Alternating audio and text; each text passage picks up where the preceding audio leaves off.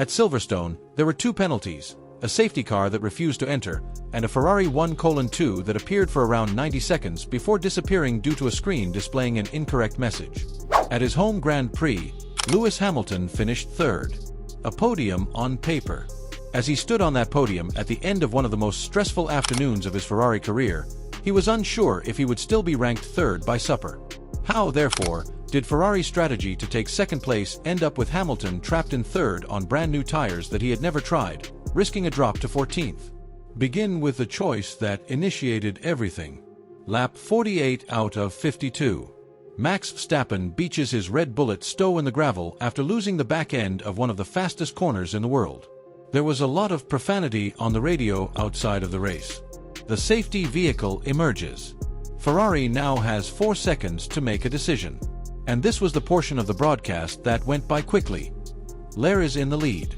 Hamilton is directly behind him in second place. 4 new soft tires. Both Ferraris plunge into the pits. George Russell stays out on vintage media in the Mercedes.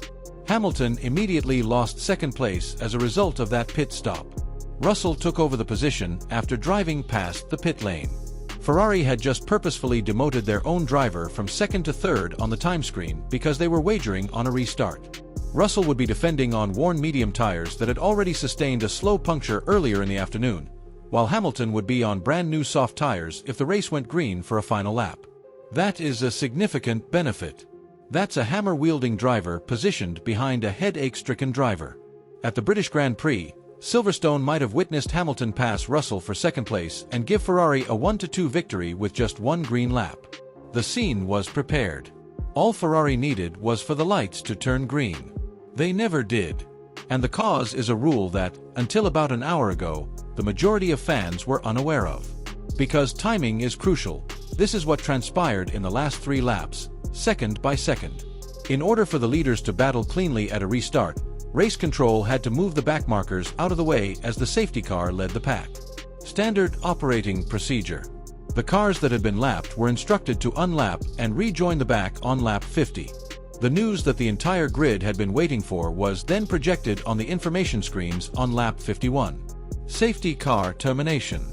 That meant one thing to every driver, pit wall, and commentator.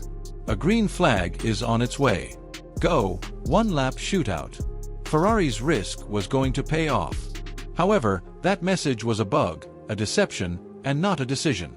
It was never meant to show up. A timing system software malfunction caused it to flash across the screens. Nothing more. Everyone was informed by the notification that the race would soon resume. The software was just incorrect. The rule that actually controlled the completion was hidden beneath the bug. Article B 5.13.5. It specifies that the safety car cannot pit until one complete lap has been finished following the unlapping process.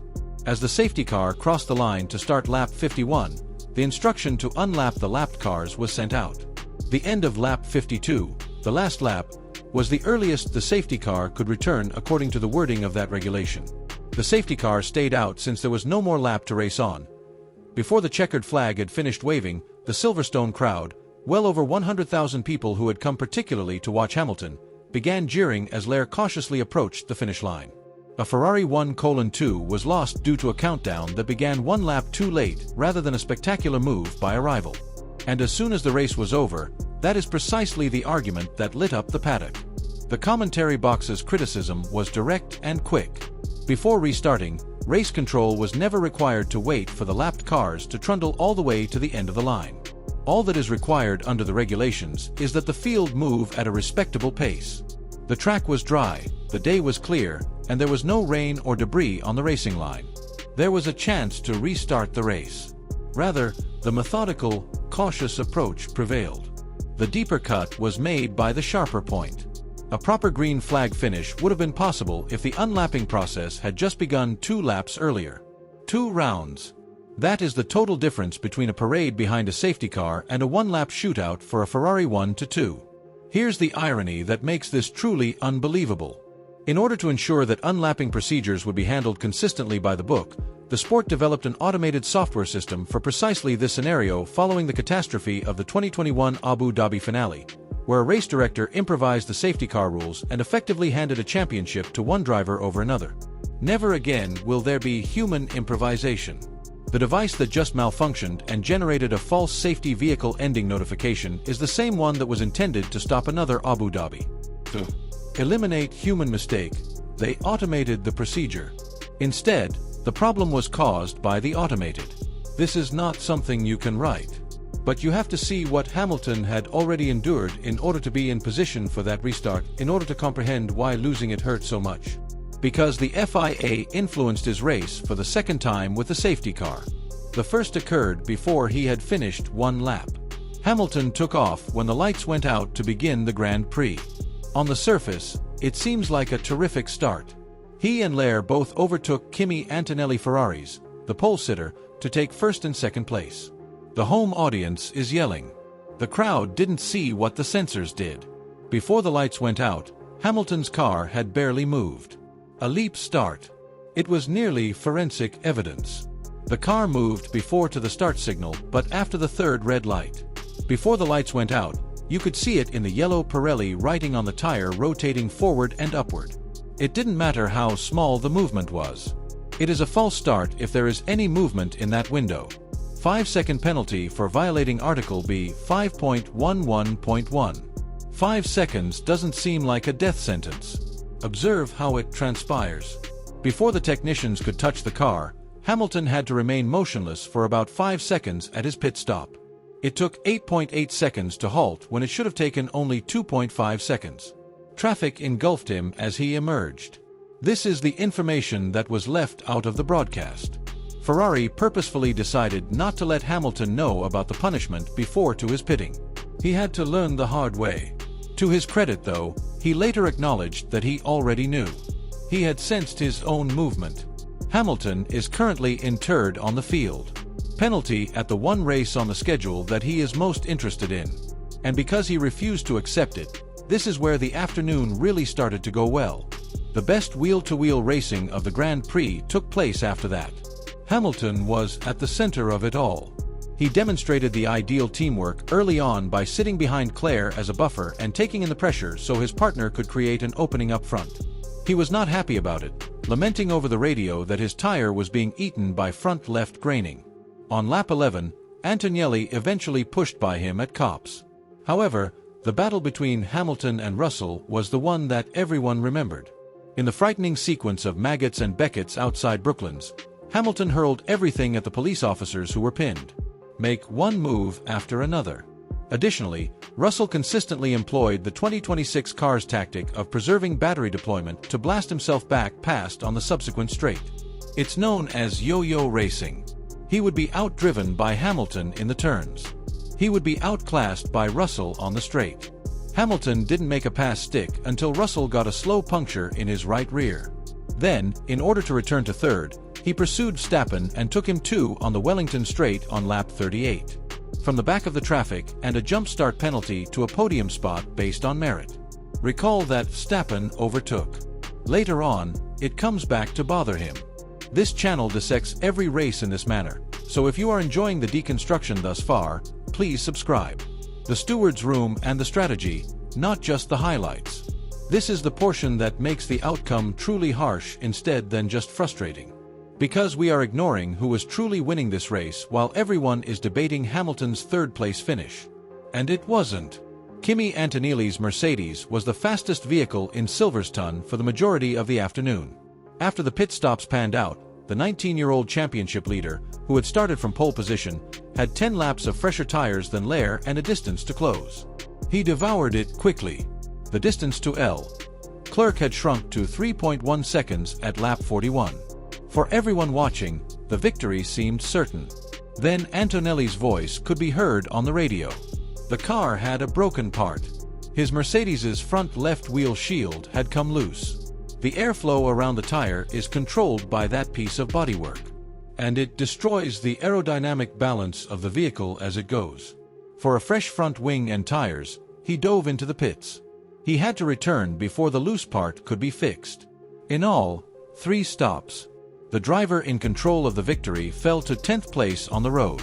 Additionally, he was ranked 16th, the top spot in the championship, after receiving a 5-second penalty for frequently running wide beyond the track restrictions.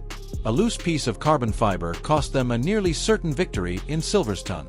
His once comfortable lead over Russell in the championship was cut to 25 points. On any other Sunday, that alone would have made headlines. However, the stewards were in charge of this Sunday, and they hadn't finished with Hamilton yet. Citing a possible violation of Article B 1.8.4, the FIA called car number 44 and a Ferrari representative to a hearing approximately 40 minutes after the race.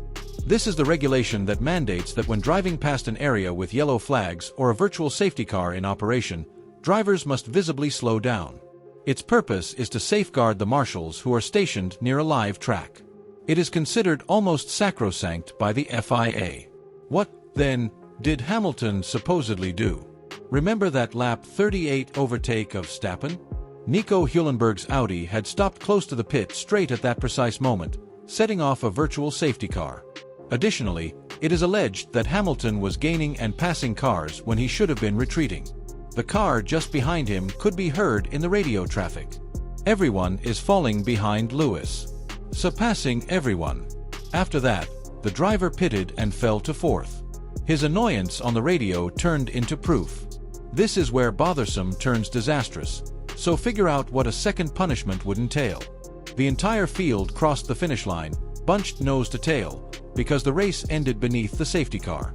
Despite just being 0.7 of a second ahead of the cars behind him, Hamilton finished third. He doesn't lose a spot or two when a 5-second penalty is applied to such a narrow distance. He falls all the way from 3rd to 14th. Almost all of the points vanish along with the podium, which does not simply get smaller. Hamilton was aware of it. He didn't sugarcoat anything while he was in front of the cameras. A yellow flag after a jump start. It pours when it rains. He had already visited the stewards, had not received a response, and was prepared for the worst. He publicly expressed his belief that he would most likely lose the podium. Since the truthful response is more intriguing than the indignation, let's address the question posed in the headline. Was Lewis Hamilton the target of the FIA during his home race? No. And unlike what certain people on the internet would have you believe, the facts do not support that narrative. It was a true false start. He shifted. He acknowledged that he had moved. The inbuilt video and the sensors match. Hamilton was also not singled out by the safety car finish that ended the 1-2. It was not the result of someone choosing to penalize a Ferrari, but rather of a technical glitch and a strict interpretation of the rules, which prevented everyone from getting a green flag finish and cost the spectators their shootout. Furthermore, the yellow flag probe is not a personal grudge but rather a question of consistency. Russell was cleared after being probed for nearly the identical offense under yellows in Austria just 1 week prior. It is the steward's responsibility to determine if Hamilton satisfies the same requirements, and it is reasonable to do so.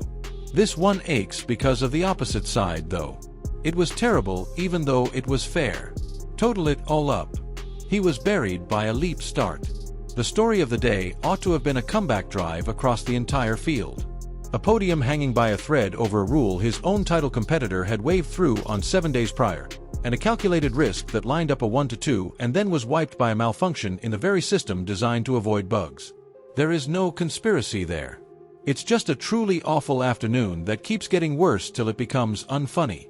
If all of this seems familiar at Silverstone, it ought to.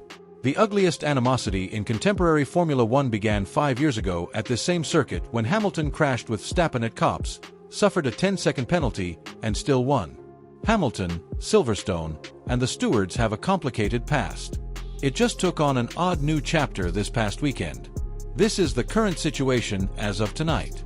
Even though the conclusion deprived them of anything greater, Ferrari supporters are ecstatic in October 2024. With a 16th place finish and a 25-point title advantage over Russell, Antonelli concludes his pole weekend. Additionally, Hamilton is currently 32 points behind in the championship, provisionally third on a podium that has not yet been verified due to the lack of the race's most important statistic. The stewards were still debating whether to downgrade vehicle number 44 to 14th place or maintain that prize.